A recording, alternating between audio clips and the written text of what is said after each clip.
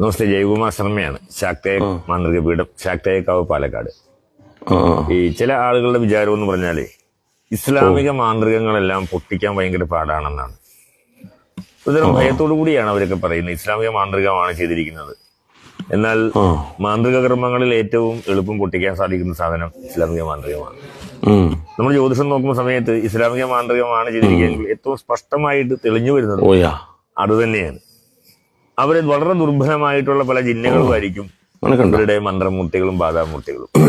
ഈ ജിന്നുകളെ തിളയ്ക്കാൻ മാത്രമല്ല, ജിന്നുകളെ എത്രയും പെട്ടെന്ന് തന്നെ ഇതാരാണോ വിട്ടിരിക്കുന്നത് അവരിലേക്ക് തന്നെ തിരിച്ചു വിടാനായിട്ട് വളരെ എളുപ്പം സാധിക്കുകയും ചെയ്യും. പൊന്നാര സ്വാമി, അതൊക്കെ സ്വാമിയുടെ വ്യാമോഹമാണ്.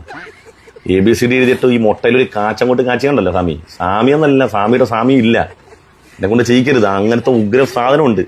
പവറേഷൻ എന്ന് പറഞ്ഞൊരു ജിന്നുണ്ട്, അതങ്ങോട്ട് വിട്ടാല് പിന്നെ സ്വാമിയുടെ പണി തീർന്നു. പൊന്നാര സ്വാമി എല്ലാം ബഹുമാനം നിലനിർത്തിക്കൊണ്ട് പറയുകയാണ്, എന്തായാലും ജീവിക്കാൻ വേണ്ടി അന്ധവിശ്വാസം പ്രചരിപ്പിക്കുന്നു. അതിലും വർഗീയത കലർത്തല്ലേ. ഇവിടെ ഇപ്പോൾ വർഗീയത പഞ്ചസാരയിലും തേയിലയിലും വരെ വർഗീയതയാണ്. ഈ അന്ധവിശ്വാസത്തിൽ കൂടെ വർഗീയത കലർത്തി കഴിഞ്ഞാൽ എന്ത് ചെയ്യും സ്വാമി? എൻ്റെ പൊന്നാര സ്വാമി സ്നേഹത്തെ ഒരു കാര്യം പറയാനുണ്ട്. യഥാർത്ഥ മുസ്ലിമീങ്ങളെ സംബന്ധിച്ചിടത്തോളം അവർക്ക് മൂർഖനാടിനെയും മൂർഖ പാമ്പിനെ അറിയാം. അതിനപ്പുറത്തേക്ക് ഈ മൂർത്തികളെന്ന് അറിയാൻ വയ്യ. ജിന്നുണ്ട്, ഞങ്ങൾ വിശ്വസിക്കുന്നവരാണ് ജിന്നുണ്ട് എന്നുള്ളത്.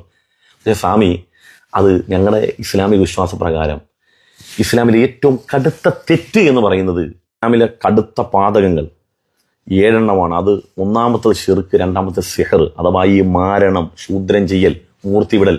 ഇത് ഇസ്ലാമിൽ വളരെ കടുത്ത തെറ്റാണ്. ഒരു യഥാർത്ഥ മുസ്ലിമും അത് ചെയ്യാറില്ല എന്ന് മാത്രമല്ല, അതിനെക്കുറിച്ച് ചിന്തിക്കാറ് പോലുമില്ല യഥാർത്ഥ മുസ്ലിം. ഇത് നമ്മുടെ നാട്ടിൽ പണമുണ്ടാക്കാൻ വേണ്ടി കുറച്ച് വൃത്തികെട്ടവന്മാർ നടത്തുന്ന പണികളാണിതെല്ലാം. ഇതിലെല്ലാ വിഭാഗത്തിൽപ്പെട്ട ആളുകളുമുണ്ട്. പണ്ടത്തെ കാലത്തൊക്കെ നമ്മുടെ നാട്ടിൽ എന്തെങ്കിലും പരസ്പരം ഒരു വർത്തമാനം ഉണ്ടായാൽ സംസാരിച്ച് ചേർക്കും. ഇന്ന് അങ്ങനല്ല. ഇന്ന് ഈ പണിയൊക്കെയാണ് ചെയ്യുന്നത് പലരും. കൂടുതലും സ്ത്രീകളാണ് ഇതിനു വേണ്ടി പോകുന്നത്. ഇത് പോകുന്നത് ഇസ്ലാമിക പണ്ഡിതന്മാർക്കും അല്ല. അത് സ്വാമി ആദ്യം മനസ്സിലാക്കണം. ഈ മൂർത്തി വിടാനും ഇത്തരം ശൂദ്രം ചെയ്യാനും മതപണ്ഡിതന്മാർ ഏറ്റവും കടുത്ത തെറ്റായതുകൊണ്ട് തന്നെ അവരിൽ 99.9% ആളുകളും അതിന് നിൽക്കലില്ല. കാരണം ഇത് ഗൗരവപരമായ തെറ്റായതുകൊണ്ട് മരണപ്പെട്ടു പോയ റബ്ബിന്റെ മുമ്പിൽ കുറ്റക്കാരാവുന്നു. യഥാർത്ഥ ഒരു മുസൽമാൻ അത് വിശ്വസിക്കുന്നതുകൊണ്ടിൽ ചെയ്യത്തില്ല. പിന്നെ ഏതെങ്കിലും വയറ് നടക്കുന്ന ഏതെങ്കിലും നാറികൾ ഇത് ചെയ്യുന്നെങ്കിലും ഉണ്ട്. അതുകൊണ്ട് എൻ്റെ സ്വാമിയോട് എനിക്ക് പറയാനുള്ളത്, സ്വാമി എന്തായാലും അന്ധവിശ്വാസം പ്രചരിപ്പിക്കുന്നു, അതുകൊണ്ട് സ്വാമി ജീവിക്കുന്നു. അതിനകത്ത് പിന്നെ വർഗീയത കലർത്തല്ലേ. ഞാൻ അതുകൊണ്ട് തുടക്കത്തിൽ പറഞ്ഞു, പഞ്ചസാരയിലും തേയിലയിലും അരിയിലും വരെ വർഗീയതയാണ്.